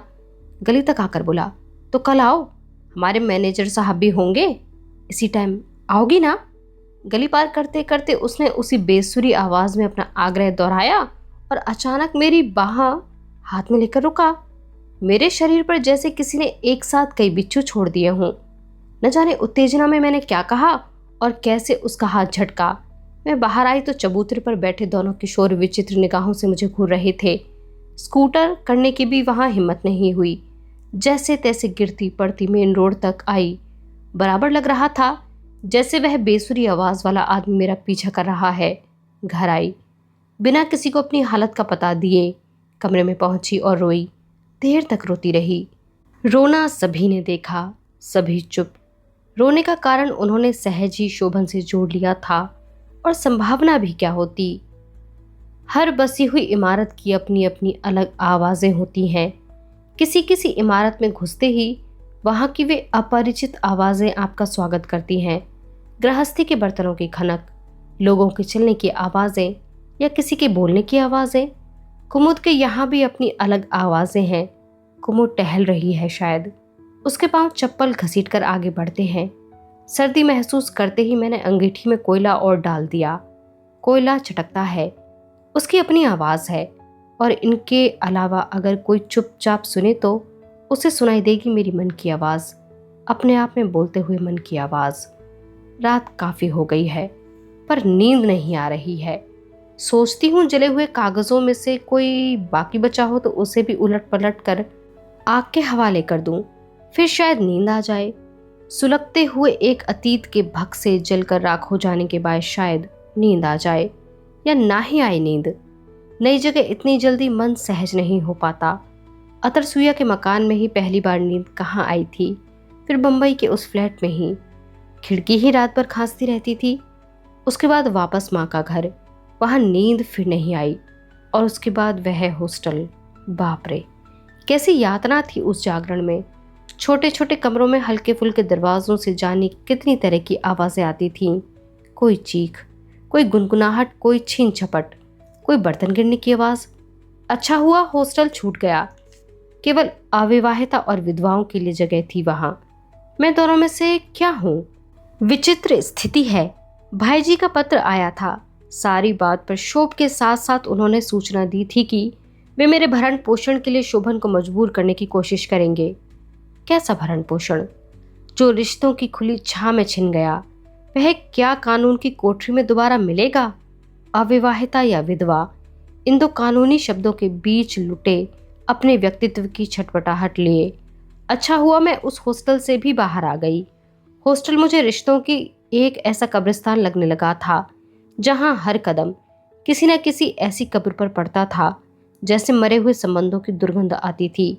अक्सर वह बदबू सुबह उठते ही दिमाग के अंदर कहीं छुपकर बैठ जाती थी और फिर सारे दिन अपने वहां होने की याद दिलाती रहती थी। किसी के जीवन के सारे रिश्ते किसी एक ही तार से गुथे होते हैं। तार टूटे तो रिश्तों का हर दाना छटक कर अलग हो जाना चाहता है। नींद नहीं आ रही है, लेकिन आंखें पूरी तरह खुली भी नहीं है। कमरे के अंधेरे में लगता है जैसे जले हुए कागजों की राख से बार बार कुछ लपक उठता है। अब शून्य को इसके अलावा और कुछ भी नहीं भर सकता। काफी दिनों के बाद कुछ ऐसा लगता है जैसे मोतियों की टूटी हुई माला के धागे में एक दाना और बच गया हो। तोरू, आज वह मेरे पास नहीं है। बस वही एक ऐसा संबंध है जो माला के बिखर जाने के बाद भी इस धागे में अटका हुआ है। तोरू शोभन के पास चली गई। अपनी बेबसी नहीं बल्कि प्रतिशोध की पहली पहचान के रूप में मैं उसे शोभन के पास छोड़ आई। वह वहां है और इसीलिए मेरे उस अधिकार की पहचान भी वहां है जो निरंतर शोभन के अंदर एक आदमी को खोजती रहेगी और उसे वहां न पाकर शायद मुझे बता सकेगी। कमरे के इस निराकार अंधेरे में एक बहुत छोटी बात मुझे याद आ रही है। तोरू को देने के बाद जब पहली बार नितांत अकेली होकर मैं उस घर से लौटने लगी थी तो मुझसे एक वाक्य अचानक टकरा गया था। शोभन ने ही किसी को न सुनाकर भी न सुनाते हुए कहा था, देखता हूं कैसे रहती है। बात सीधे कही नहीं गई थी क्योंकि उस वाक्य के स्वामी का आत्मविश्वास स्वयं उसके पास नहीं था।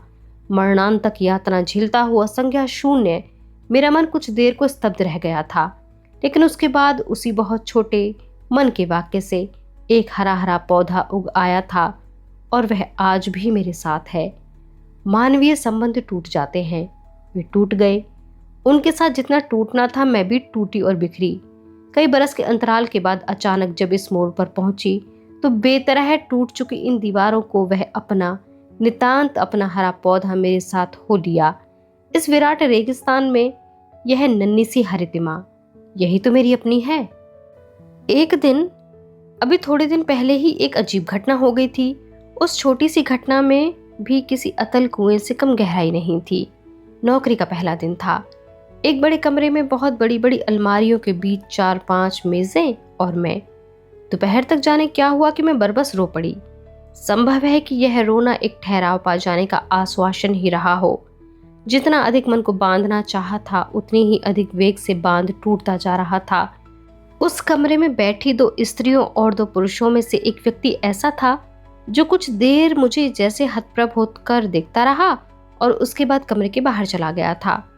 बाकी 3 न जाने कितनी तरह से मुझे चुप कराने की कोशिश करते रहे थे।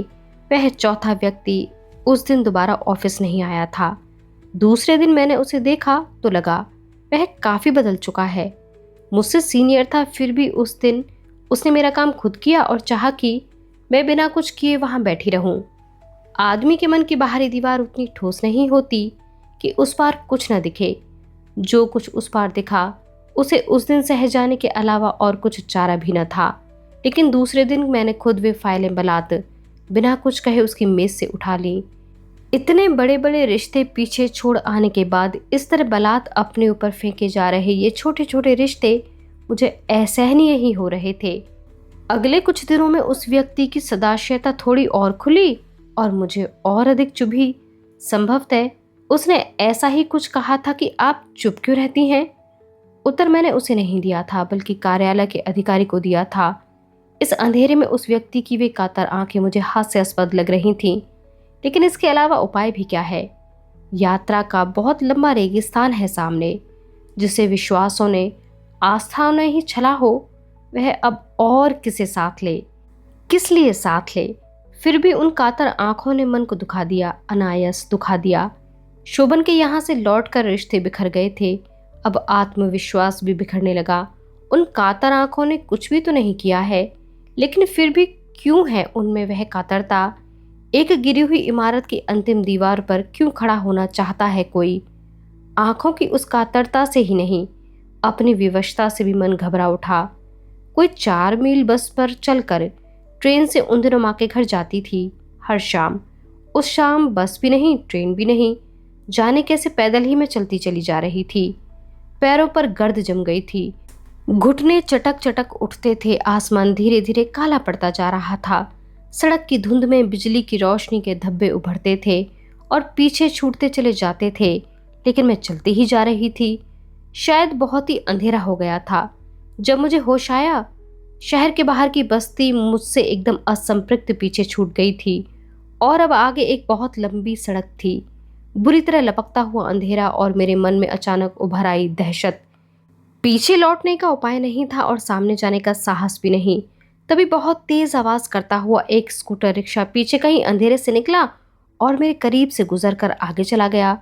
काफी आगे जाकर जब अचानक रुका और रुका रहा।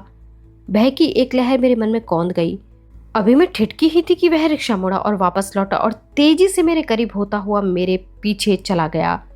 थोड़ी दूर जाकर वह फिर ठिठका। एक चीख मेरे कंठ तक आकर ठहर गई। क्या यहीं से शुरू होता है वह रेगिस्तान? क्या यही है वह? स्कूटर एक बार फिर उसी तरह तेजी से मेरी तरफ बढ़ा। चीखने से कोई लाभ नहीं था। इस भयानक अंधकार में और दूर दूर तक फैले इस निर्जन में चीख पहुंच भी कहां तक सकती थी? आते हुए स्कूटर में एक से अधिक लोग थे। यह मुझे तभी पता चल गया था जब वह दूसरी बार मेरी ओर से गुजरा था। उन पाश्विक उल्लास स्कूटर की भयानक आवाज के बावजूद मुझे सुन पड़ रहा था। उसी तेजी से स्कूटर फिर मेरे करीब से गुजरा, इस बार लगभग मुझे छूते हुए। उसके धक्के से तो नहीं, लेकिन आतंक से एक और गिरकर मैं चीखी। स्कूटर शायद पहले मुझे आतंकित करना चाहता था। मेरी चीख उस रिक्शे की दहाड़ और उसमें बैठे लोगों के विजयोल्लास में डूब गई। उसमें बैठे लोग झुककर मुझे गिरते हुए देख रहे थे। उसके बाद जो कुछ हुआ उसे मैं दुखद कहूं या सुखद, मैं नहीं जानती। स्कूटर जैसे किसी चीज से टकराया और एक तरफ से ऊंचा होकर लुढ़का और काफी दूर तक घिसटता चला गया। मैंने सहमी आंखों देखा, वहां अब चारों ओर सन्नाटा था। स्कूटर खामोश हो गया था और उसी ओर से आई हुई हल्की कराहें अभी सुनाई नहीं पड़ रही थीं। देर तक वहां कुछ हुआ नहीं, कोई हिला भी नहीं। मैं उठी और पीछे की ओर दौड़ी। जिस तरफ से संख्या शून्य में यहाँ तक आई थी, ठीक उसी तरफ। सपने में भागती हुई सी मैं कैसे कुमुद के यहाँ तक पहुंची, यह मुझे नहीं मालूम। उसका दरवाज़ा बंद था, लेकिन दरवाज़ा खटखटाने का होश मुझ में नहीं था। बहुत देर हाफने के बाद जब मैं स्थिर हुई तो मैंने भर्राए हुए कंठ से कुमुद को आवाज़ दी। उस दिन ऑफिस में अनायास रो पड़ने और उन कातर आंखों के बारे में अफसर से संवाद के बाद कुमुद से अनायास परिचय हो गया था। उस कमरे में बैठने वाले अन्य 4 व्यक्तियों में सिर्फ वही एक थी जो रिश्तों से ऊबकर और रिश्तों से बाहर एक मानवीय पहचान के लिए भटक रही थी। उसकी यह भटकन मेरी अपनी भी थी। सिर्फ एक ही बार देखा था उसका घर, और शायद कभी होश में आना पड़ता तो पहुंचती भी नहीं। गर्म कॉफी का प्याला देकर कुमुद ने सब कुछ सुना और हंसती रही। उसी ने इंतजाम किया था लड़कियों के उस युवा महिला संघ के हॉस्टल में रहूं। चलो अच्छा हुआ कि वह रिश्ता भी टूट गया। विधवा या अविवाहिता, ये 2 शब्द जिससे जुड़े हों, केवल वही वहां रह सकती है। और यही वे 2 शब्द हैं जिनसे संबंधों की बू आती है, एक से व्यतीत और दूसरे से भावी। अब और नहीं चाहिए ऐसा परिवेश। यह रेत है सामने। कहते हैं कि रेत से घर नहीं बनता। अच्छा ही है कि घर नहीं बनता। कितना सम्मोहक है यह रेत। घर नहीं बनाने देती, लेकिन हर रखा हुआ पांव कोमलता से समेट तो लेती है और फिर उतनी ही कोमलता से उसे छोड़ भी देती है। मोह न सही, सहृदयता तो है। इसकी तपन मन को नहीं तन को जलाती है। मुझे और चाहिए भी क्या?